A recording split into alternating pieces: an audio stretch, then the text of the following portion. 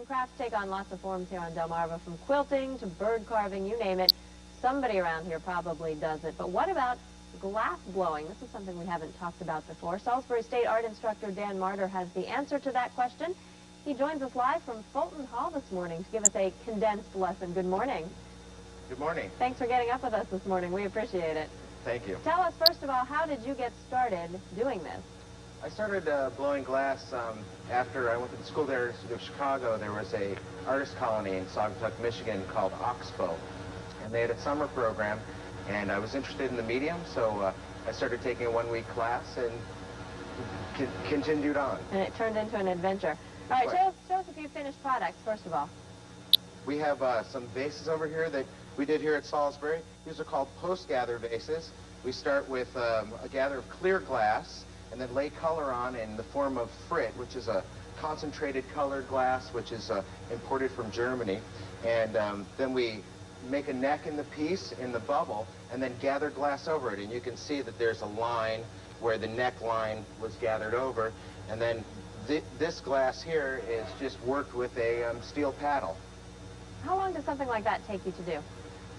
The smaller pieces took us about 35 minutes, and the larger pieces in a shop this size with 2 people helping takes about an hour. All right, who are your helpers there this morning? We got Joe Jackson and Les Morrison.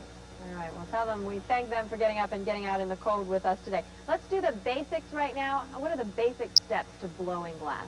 The basic steps to blowing glass would be gathering molten glass out of the furnace, which is the larger apparatus here.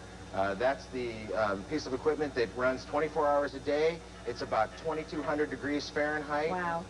And then after you gather glass, you would shape it, put air into it by trapping air. The air expands, causes a bubble to happen in the glass, and then you have to reheat it. And we use this device here called the glory hole. The students made all of this equipment. I helped them design it, and we put it all together. There's no store where you can go and buy these things. So we built all of this ourselves. And how long does it take the glass to harden once you get it out of the 2,200 degree Well, furnace? After you're done working it, it's a situation where you would punty it up, you would put it onto a rod to work the open end of the bubble. Okay. And then when it comes down to about 900 degrees, it's fairly solid. Glass is really never solid. It's a super-cooled liquid.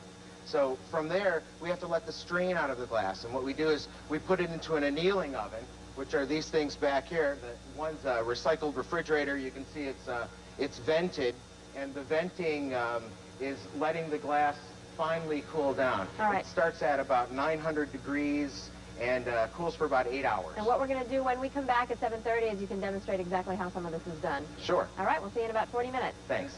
Dan Marder is the instructor. He joins us once again from Fulton Hall at SSU with another lesson for us. Good morning. Good morning. Now, what have you been doing in the 45 minutes since we talked to you? Well, what we did was we gathered some glass on this piece and then started laying color on. About 4 or 5 colors, 3 or 4 rolls in the raw colored glass. And now we're set up and we're ready to gather glass out of the furnace again. All right, let's see you do it. Okay. Now, kind of narrate what you're doing here as we go along. Well, what I'm doing is I'm gathering. This is the post-gather that I talked about before. Open. And I'm going to drip a little extra glass off so it's controllable. Wow. You see that this is the molten 2,200 degree glass. And now it's doing nothing but cooling as we go. And I'm going to use a color paddle here. Oh, flip. And I'm going to make some marks in it. And this is what gives us those nice, goopy-looking striations on those vases that we showed you earlier. Now, I notice you don't even have gloves on. Is anything besides that glass really warm? Yeah, the glass is actually very warm, but it's you get very used to the heat as you use it. You can get a shield, a heat shield from a paddle. The glass is not a very good conductor, and the pipe really actually doesn't get that hot. I've got to reheat this. So you can't wear gloves because you can't feel what you're doing then. But you do have to constantly reheat it as you go because it loses heat very fast. And it needs to be moving so it's workable. Okay, now tell us while you're doing that a little bit about the class that you're teaching. Is this taught anywhere else? No, actually, this is the only program that I know of in Maryland. It's certainly the only program in the Maryland state system. The closest would be Virginia or Philadelphia for where I got my master's degree at Temple. All right, and tell us about this building that you're in. What part did students play in actually building this? Well, the students actually built the equipment. We got a lot of donations from friends and other glassblowers. The glass community is very small. And we just, you know, Salisbury has a space situation here, like all universities. So we just annexed a little courtyard off the side of the building. We have a little temporary tarp up, which protects us from the weather. And it works out quite nicely. It's great in the winter because it's like air conditioning. I bet it is. Well, tell us what you're doing right now. Right now I'm shaping the piece for the bottom. I'm putting a little kick up in the bottom like a wine bottle has. And what this will do is give the glass a place to sit when it cools down. The next thing we do is we would put this onto a punty and transfer it so we can work on the cold end here. Now, we call this glass blowing. Is there any actual glass blowing involved in this particular piece? Yeah, we blew the bubble earlier, and what I'm going to have Les do here now is, while the glass is heating from the post-gather, he's going to blow in the end for me. Blow.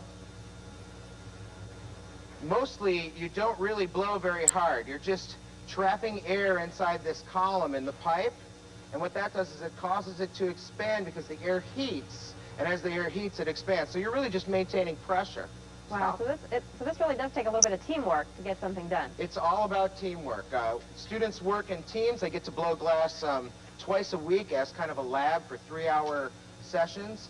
And then in class, we do a 4-hour demonstration, and we run through health and safety and all the techniques. We show videos, and there's a textbook that is very helpful for figuring out how to do this stuff. All right, looks terrific. Thank you so much for the lesson this morning. Thank you. We appreciate it. It is 7:34 right now. We will be back in just a minute. Jim will have more in the forecast, and we'll have more news. Stay tuned.